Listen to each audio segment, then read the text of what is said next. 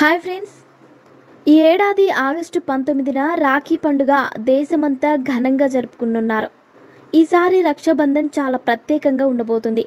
రాఖీ పండుగ సోమవారం నాడు రాగా శ్రావణ సోమవారం కావడం విశిష్టతను సంతరించుకుంది.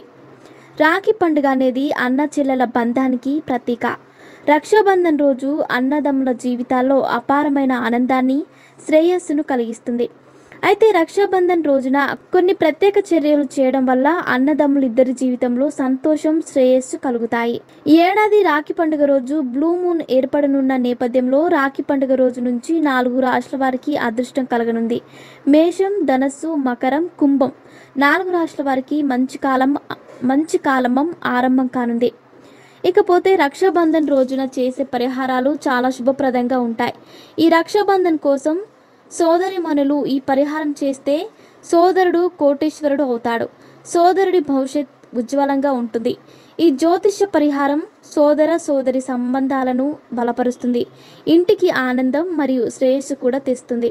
ముందుగా గణపతికి రాఖీ. అన్నదమ్ముల మధ్య ఏదైనా సమస్య తలెత్తితే రక్షాబంధనం రోజున సోదరి ముందుగా గణపతికి రాఖీ కట్టి ఆ తర్వాత సోదరుడికి రాఖీ కట్టాలి.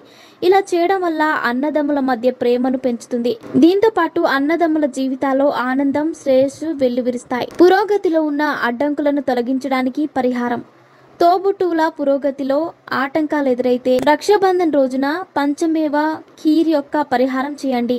అందుకోసం ముందుగా మా లక్ష్మిని పూజించి ఆ తర్వాత ఆడపిల్లలకు పాయసం పంచండి.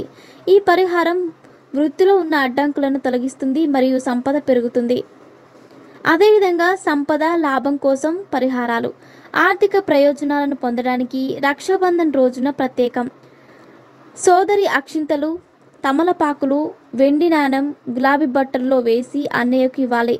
సోదరుడు వీటిని భద్రంగా దాచుకుంటా ఎప్పటికీ డబ్బు కొరత రానివ్వదు. సంతోషం, శ్రేయస్సు కోసం పరిహారాలు. రక్షాబంధన్ రోజున పేదలకు ఆహారం దానం చేయండి. ఆవులకు పచ్చగడ్డి తినిపించండి. ఇలా చేయడం వల్ల జీవితంలో ఆనందం, శాంతి, శ్రేయస్సు లభిస్తాయి. మరిన్ని ఇంట్రెస్టింగ్ అప్డేట్స్ కోసం మా ఛానల్ని సబ్స్క్రైబ్ చేసుకోండి.